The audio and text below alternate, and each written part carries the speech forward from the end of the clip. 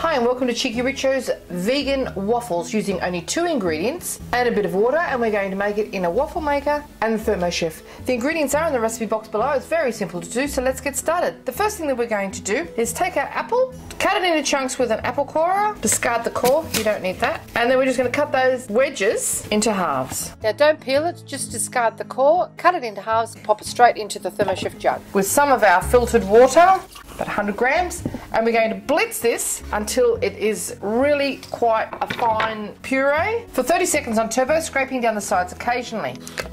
After the time, this is what you should have. It's really quite pulverized. You really can't see the apple skin in there very much. It's just sort of the lighter green flecks of it. And now we're going to cook that for 1 minute on the steam function. Speed 1. Get all of that apple bit down to the bottom so that it has the benefit of coming into contact with the heat source. In the meantime, just put your waffle iron onto preheat. 1 minute on the steam function. Okay, this is partially cooked now. You can see the steam coming off there, I hope, bubbling in the bottom. Now we throw in the rest of our water because we want to arrest the cooking process. We don't want to cook our oats into porridge before we make it into waffles. So in with the balance of our water. So that'll slow that up. And now it's in with our rolled oats. Same thing, blitz these for 1 minute on turbo. Okay, after 1 minute we just remove our jug from the Thermochef. I've already scraped down the sides on one occasion during the blitzing process. Just scrape down the lid. It's really quite a creamy mix now. Now, if you don't have a Thermochef, you could always just use oat bran and pureed apples, but we're cooking this from scratch and you know exactly what's in it then. Okay, after a very short period of time, this is what you should have. It's a pancake batter or a waffle batter. You could use it as pancakes at this stage. Okay, so we just give this a light spray with some vegetable oil.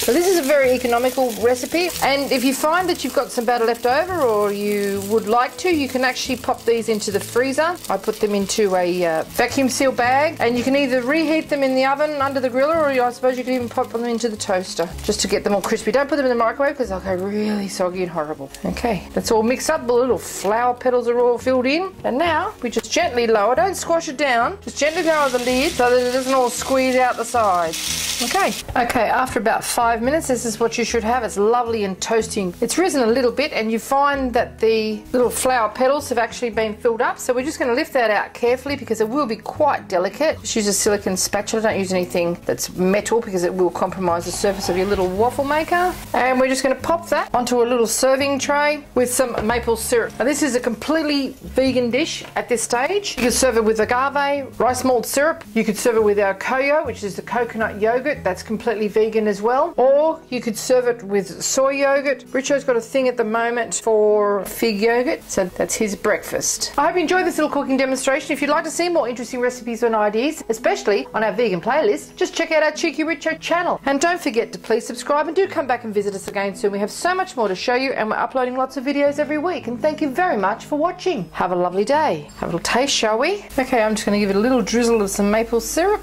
and I'll show you what they look like inside. Oh, they're quite crispy.